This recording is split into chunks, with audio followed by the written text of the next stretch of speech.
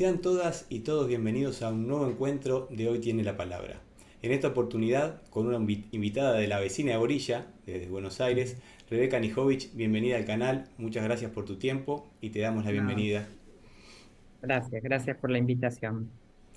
Bueno, Rebeca es docente, es magíster en formación de formadores y le voy a dejar que ella cuente un poco de su carrera docente, cómo se vincula a la educación y cómo llega a este momento neurálgico, por así decirlo, en lo que tiene que ver con toda la reforma educativa que se está viviendo tanto aquí en Uruguay como en Argentina y en los países de Latinoamérica.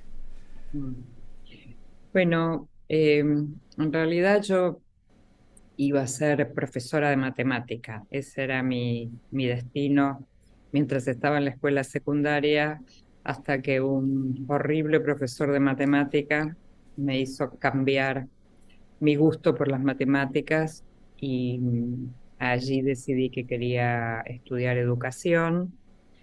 Y ejercí de maestra. Ese fue como en realidad, antes de ejercer de maestra, yo empecé a trabajar en lo que es educación no formal, en recreación, y fui instructora de recreación, de campamentos, bueno, todo eso, y trabajé en educación no formal hasta los 30 años, en paralelo mientras estudiaba educación formal, ejercía la docencia, comencé en la universidad y también hice un recorrido importante en formación y capacitación en empresas.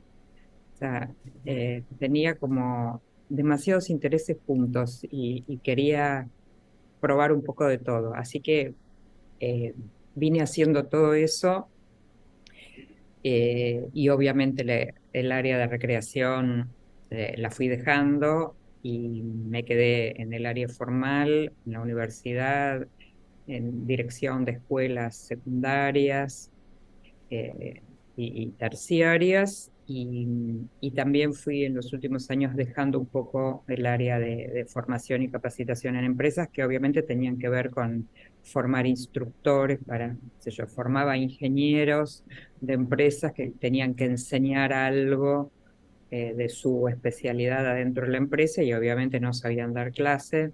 Así que ese es un poco el recorrido así, en una breve síntesis eh, del campo de la educación. Y en este momento seguís trabajando en lo que tiene que ver con centros educativos de enseñanza media, estás más en la universidad. ¿Cómo En es estos tu vida? momentos, sí, en estos momentos yo, digamos, de universidad, estoy trabajando en dos universidades, en la Universidad de Buenos Aires, en la Facultad de Derecho, en la formación de abogados que quieren ser docentes.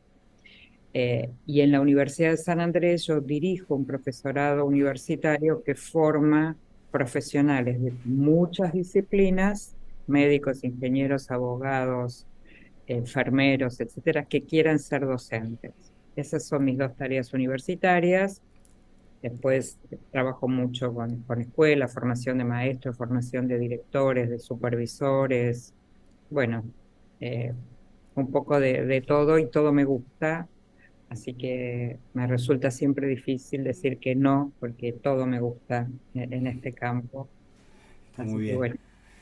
Y bueno, para nosotros que hemos sido formados casi que en el paradigma de la caverna, de la clase magistral y toda esa cuestión, eh, está habiendo todo un cambio y una apertura en cuanto a lo que tiene que ver con la formación en competencias, ¿no? Siempre la gran pregunta, sobre todo en mi caso que estamos trabajando con adolescentes, es la pregunta: ¿para qué tengo que estudiar esto, no?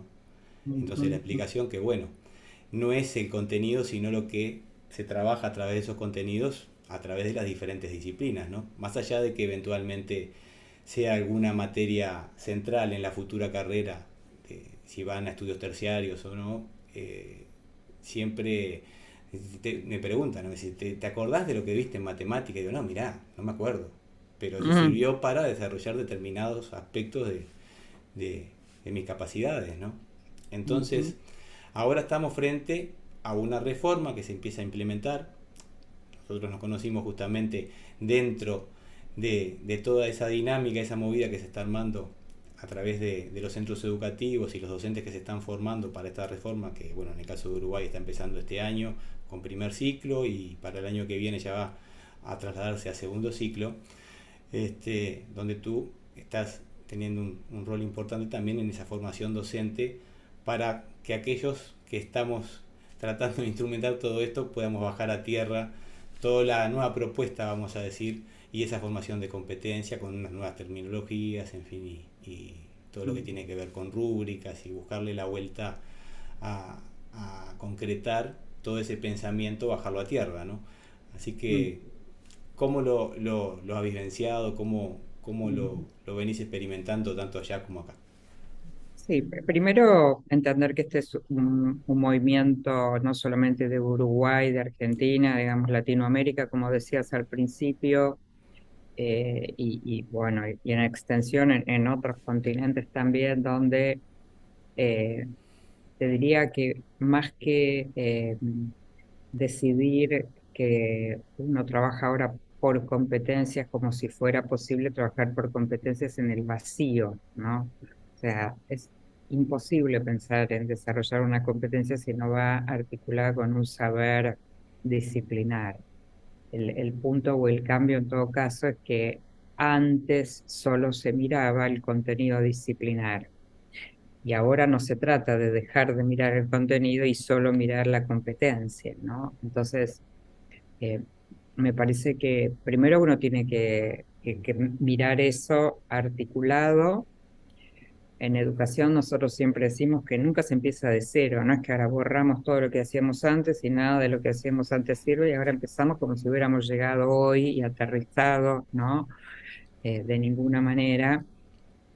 Creo que sí hay cambios muy importantes en lo que tiene que ver, por un lado, con digamos, la disponibilidad que hay hoy para acceder a los saberes disciplinares, ¿no? Si uno quiere saber algo hoy, inmediatamente googlea y lo encuentra. Ahora le podemos sumar el nuevo chat de inteligencia artificial, que más allá de todas las en todo caso, cuestiones no resueltas que tiene, es un avance increíble. Digo no resueltas porque, eh, solo a modo de ejemplo, si uno le pregunta algo, por supuesto busca como si fuera en una gran base de datos, ¿no? Eh, y muchas veces cuando no encuentra algo, completa ese blanco, ¿no? Con una información que es verosímil, pero que no es correcta y que no necesariamente responde a la pregunta, ¿no? Entonces, digo, con todo el acceso que hay a la información, uno podría decir, por un lado, que ese sí es un cambio muy importante. El segundo cambio tiene que ver con las formas de aprender de las personas.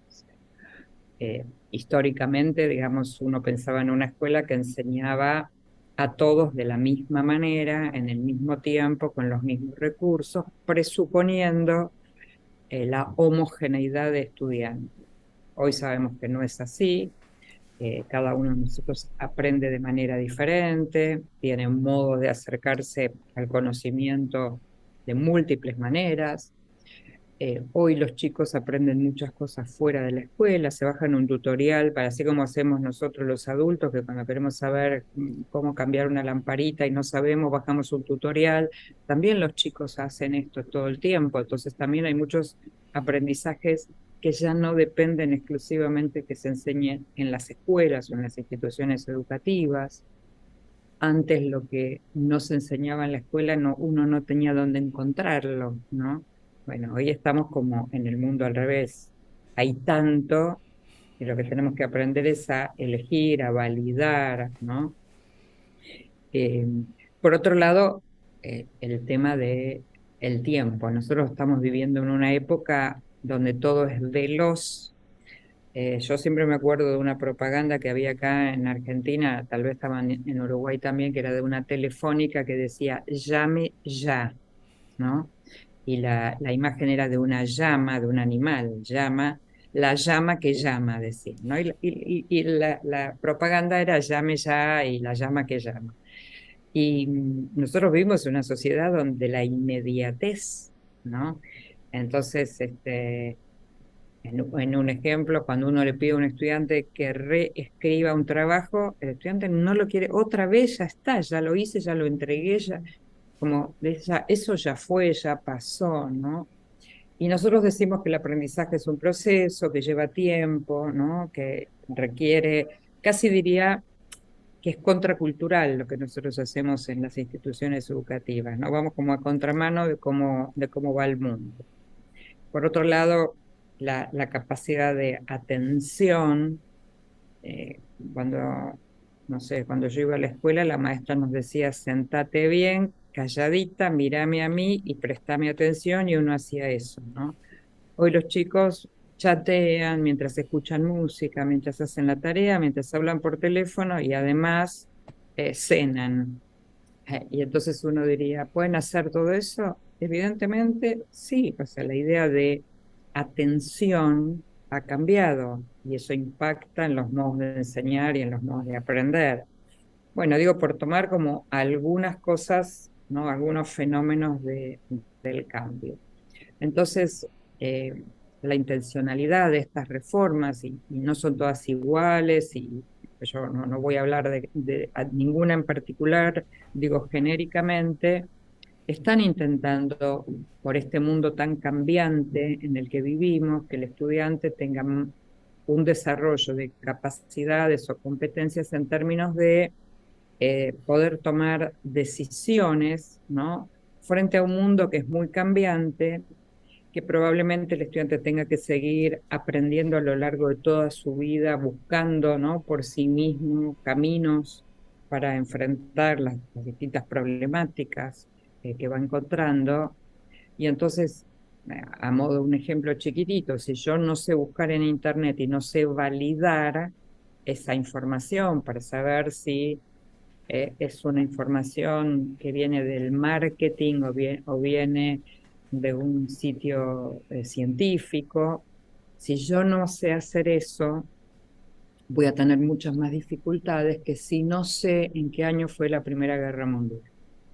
Eh, en qué año fue la Primera Guerra Mundial, lo puedo googlear, puedo tener la respuesta inmediata, pero esa capacidad mía de identificar y distinguir si este sitio es válido científicamente o está primero en el buscador porque tiene detrás una cuestión de marketing y no de algo científico, voy a tener más dificultades. Si no tengo capacidad para relacionarme con otro y poder construir algo conjunto, no puedo trabajar en equipo y eso es una dificultad en el mundo en el que vivimos. Bueno, y así podríamos dar muchos ejemplos. Esto impacta en la formación docente e impacta en los docentes que están trabajando. ¿Está bien? En la formación uno diría, bueno, tenemos la oportunidad de reformar la propuesta de formación para los futuros docentes y uno diría, bueno, pensemos ahora cómo formamos a los docentes que ingresan, a los futuros docentes, ¿no? Que ingresan hoy a un programa de formación docente.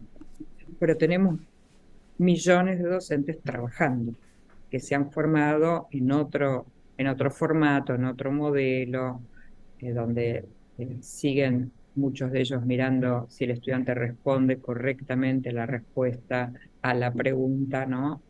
De en qué año, cuántos mililitros llueve en la ciudad, etcétera, etcétera.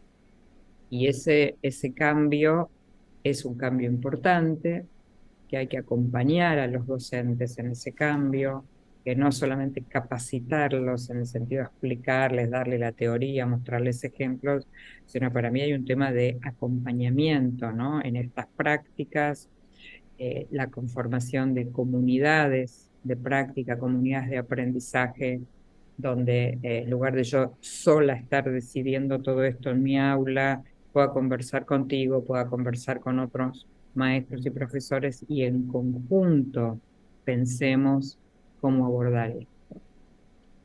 También hay que pensar en que esa división artificial que tenemos de las disciplinas, ¿no? Yo enseño matemática y no vinculo nada de lo que yo enseño en matemática con el profesor que enseña historia, o sociales, o física, o química, o música, en un mundo donde cada vez los límites entre las disciplinas están más borrosas, ¿no?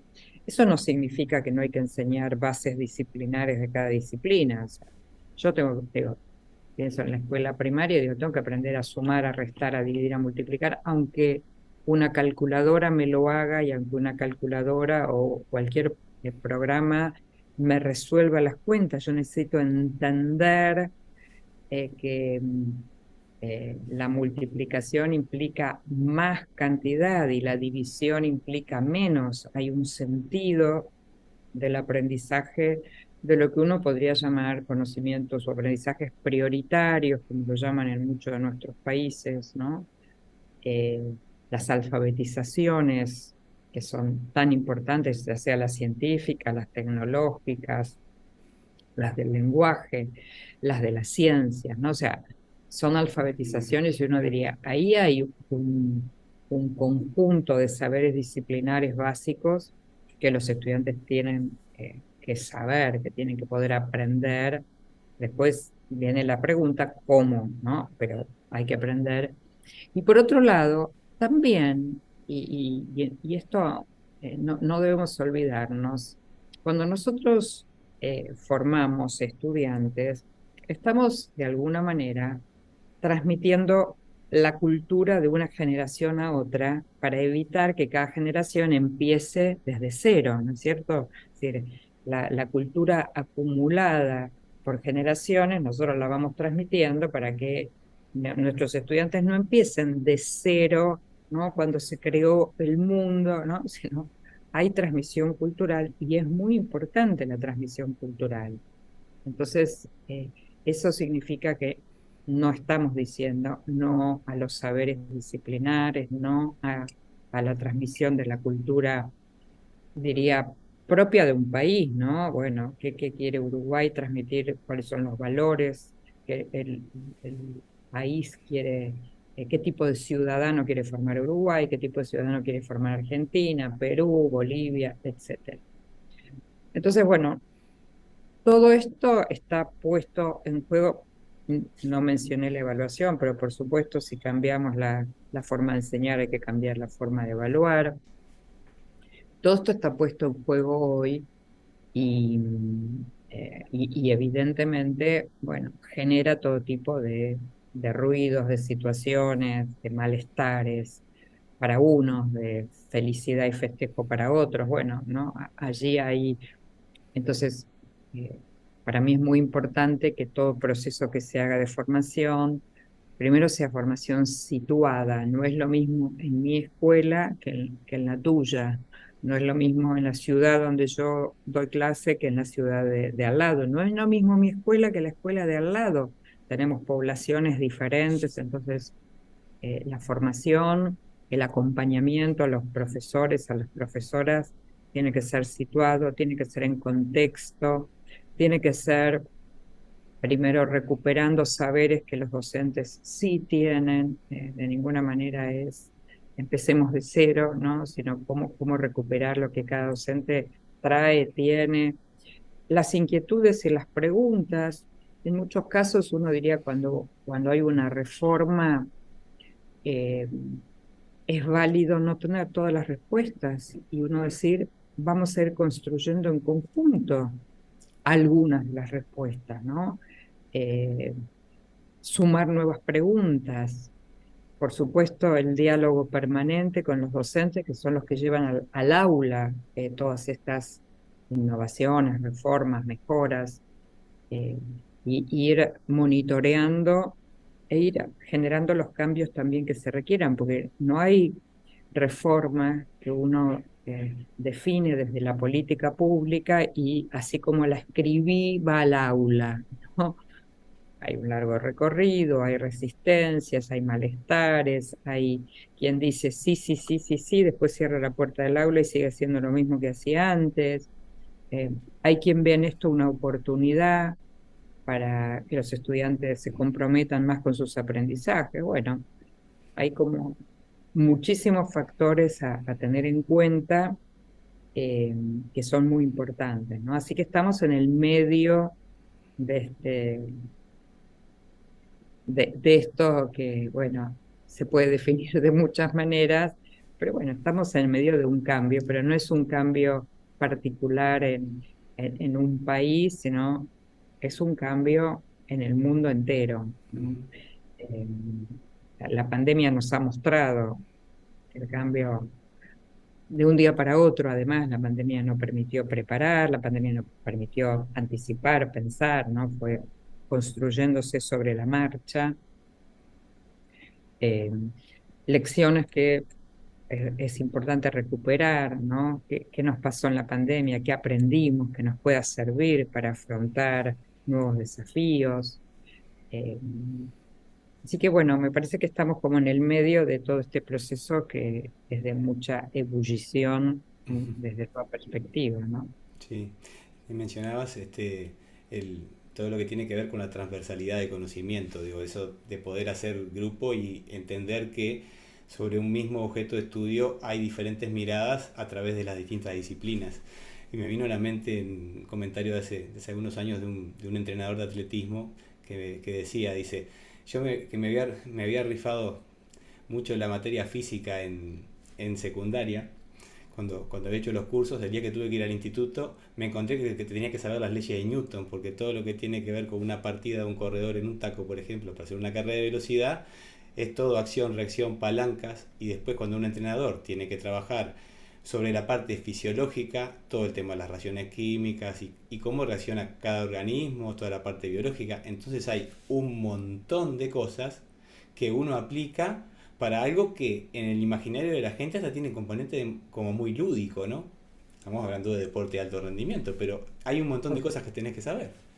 Totalmente, y pasa eso en todos los niveles y cada vez más, porque las disciplinas se van imbricando y van estableciendo relaciones de cooperación, de investigación, pero además porque en el mundo, en la vida cotidiana, nosotros siempre pensando en los niños de primaria decimos, em, las matemáticas tienen que ver con las prácticas del lenguaje. Y sí, un niño va a la heladería y pide un helado. Para pedir el helado tiene que saber algo del lenguaje.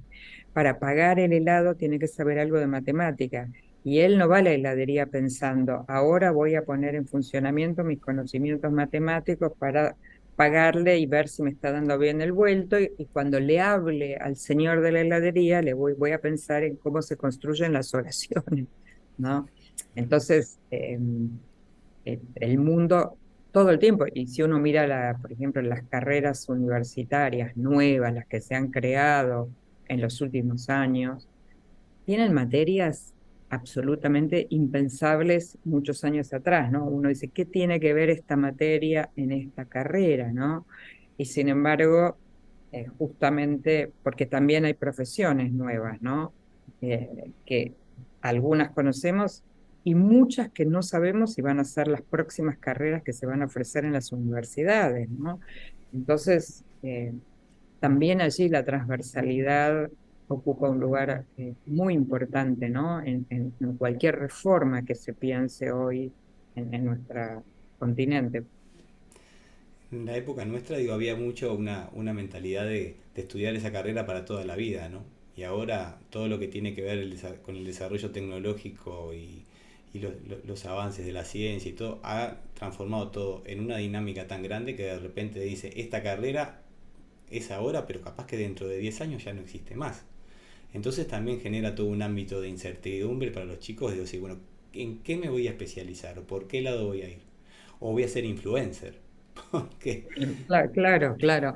Bueno, es interesante porque también en todas cuando sobre todo los adolescentes, ¿no? Están terminando su escuela y empieza la orientación vocacional acerca de qué van a hacer eh, y es muy interesante porque eso que tú decías, ¿no? Que si yo elijo, por ejemplo, una carrera, no sé, de derecho, después ya tendría que pensar en una maestría en derecho, ¿no? Y la realidad de lo que hoy está sucediendo es que primero los cambios durante la carrera empiezan en una carrera y en la mitad se pasan a otra, pero no a una prima de ella, ¿no? A un pariente lejano. Eh, Uno dice, bueno, estaba en una carrera humanística y ahora está haciendo algo de ciencia, ¿no?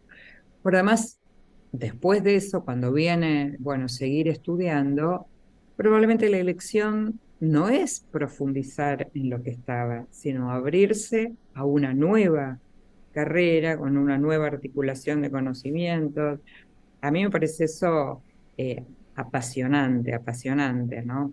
Que en la época que, bueno, que yo tenía que elegir carrera, había, no sé, digo, no sé si 10, pero había porque uno era médico, ingeniero, maestro, psicólogo, no había la diversidad.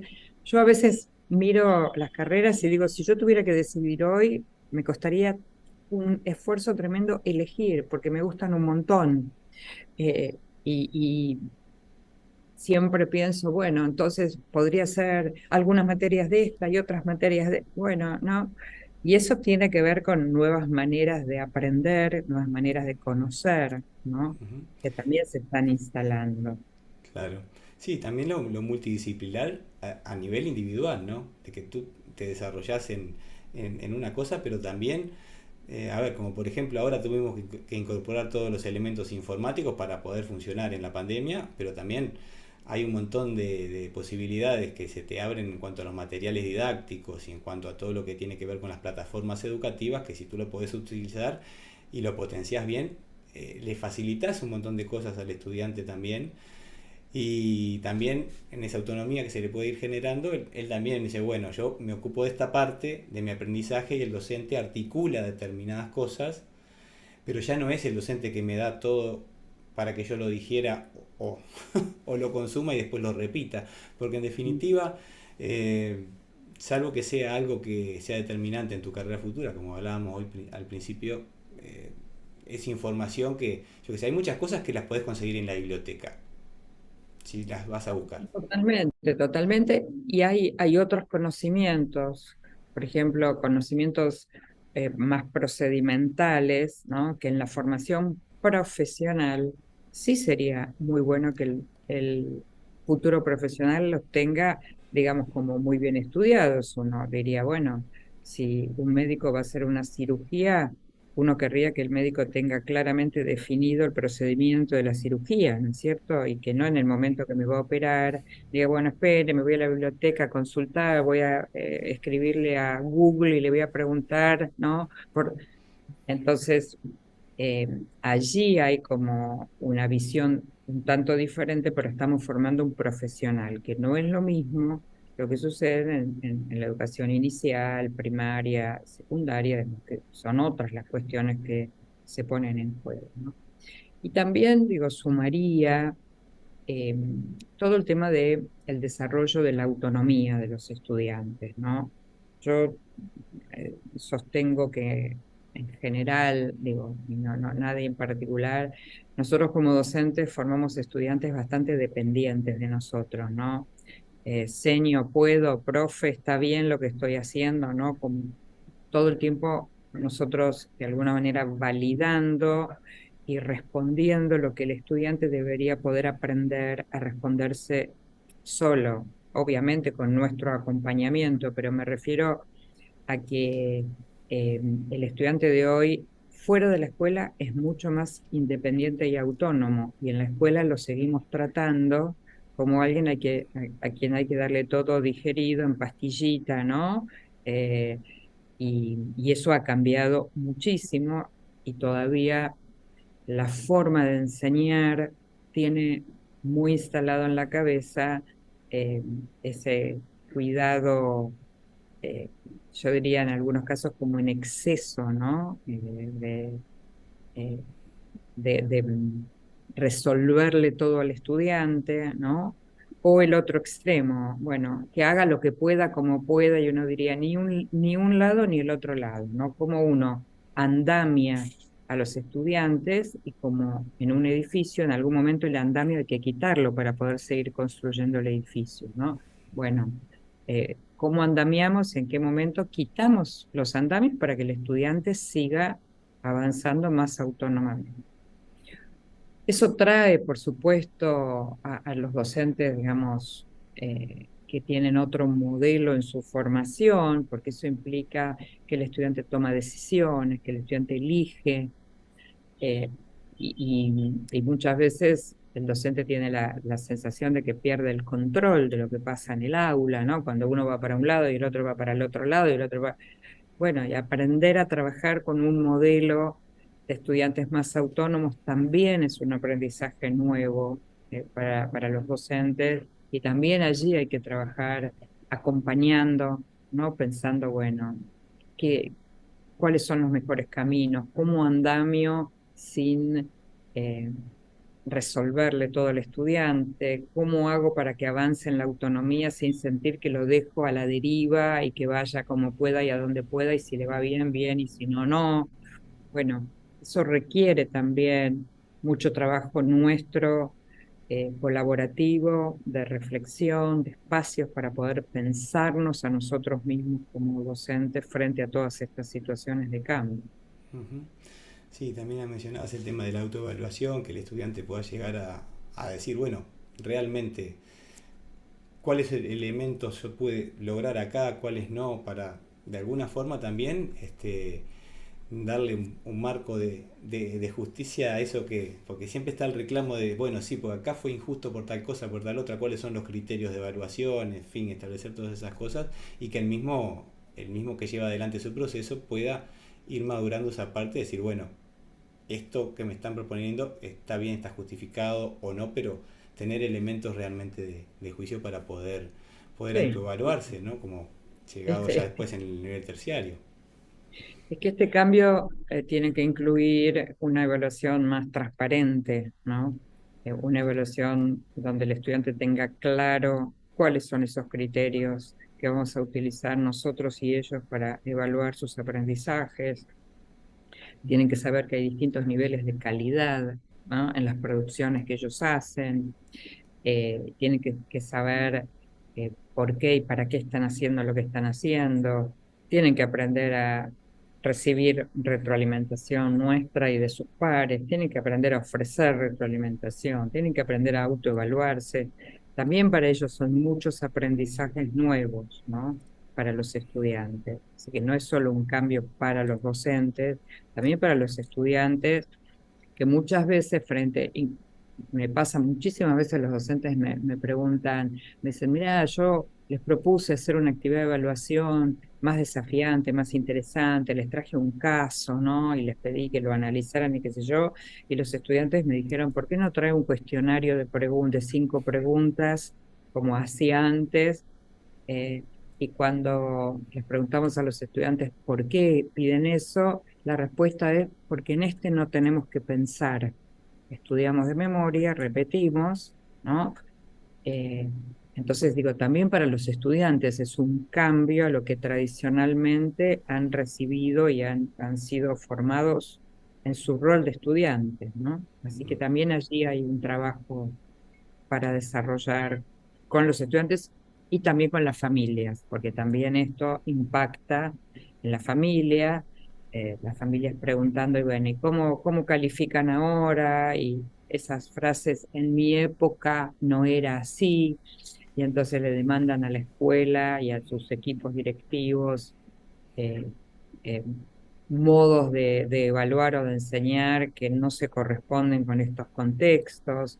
Pero bueno, uno también se preguntaría por qué la familia debería conocer métodos nuevos de evaluación, digamos, si no es esa su formación. Entonces también aquí hay un trabajo institucional de esclarecimiento, de información a las familias, ¿no? De formación también a las familias en otra mirada sobre el aprendizaje de sus hijos, ¿no? Sí, claro, porque en definitiva también generacionalmente los padres están formados en otro momento de la historia de la Absolutamente, educación y bueno, absolutamente. algunos son contemporáneos de los docentes, otros no, pero ya están en otra época de la educación y evidentemente hay cosas que no las entienden porque no las están viviendo de la forma que la viven sus hijos con otro tipo de formas de brindarles el conocimiento y desarrollarlo.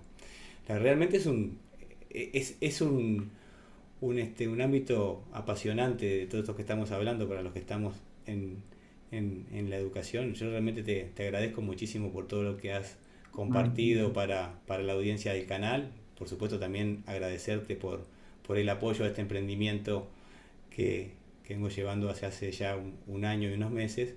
Y bueno, tratando de dejar testimonios de personas de valor que tienen cosas para aportar, y ni que hablar en este tema que nos ha convocado este año con todo el tema de la reforma educativa. Me parece muy, muy importante y muy interesante divulgarlo más allá del ámbito docente, como nosotros tuvimos la oportunidad de hacer los cursos contigo. Digo que realmente han sido muy valiosos, y bueno, que también se conozca un poco más de tu trabajo y de los docentes que se dedican a la formación docente, que es muy importante para estas instancias.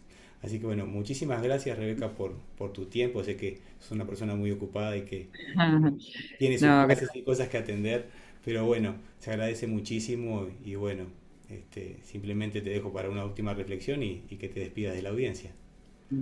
no, en principio agradecerte. A mí me parece que es un momento muy desafiante, con todas las complejidades, ¿no? Pero me parece que esto nos interpela todo el tiempo a pensarnos a nosotros como docentes, a pensar en lo que estamos haciendo, en cómo. eh, Así que yo en principio agradezco la oportunidad de conversar aquí ya son mis amigos de Uruguay, porque tengo mucho vínculo y a mí siempre me da mucho placer cruzar el charco, como decimos, y poder dialogar y aprender mucho de cómo están haciendo las cosas también en Uruguay, porque, bueno, siempre que uno mira cómo otro hace, siempre aprende algo, más allá de que sea distinto o igual o parecido. Así que yo te agradezco la oportunidad y me encanta conversar sobre educación, así que ha sido un placer. Y sí, efectivamente tengo que ir a dar clase. Como siempre les digo, los alumnos están golpeando el Zoom acá en la computadora. Así que muchísimas gracias, Rubén, por la invitación. Bueno, gracias a ti. Y bueno, es un hasta siempre y un hasta pronto, como en cualquier momento. Por su- Esta por su- actividad nos habrá de convocar. por supuesto que sí. Muchísimas gracias. Un Un gran placer. abrazo.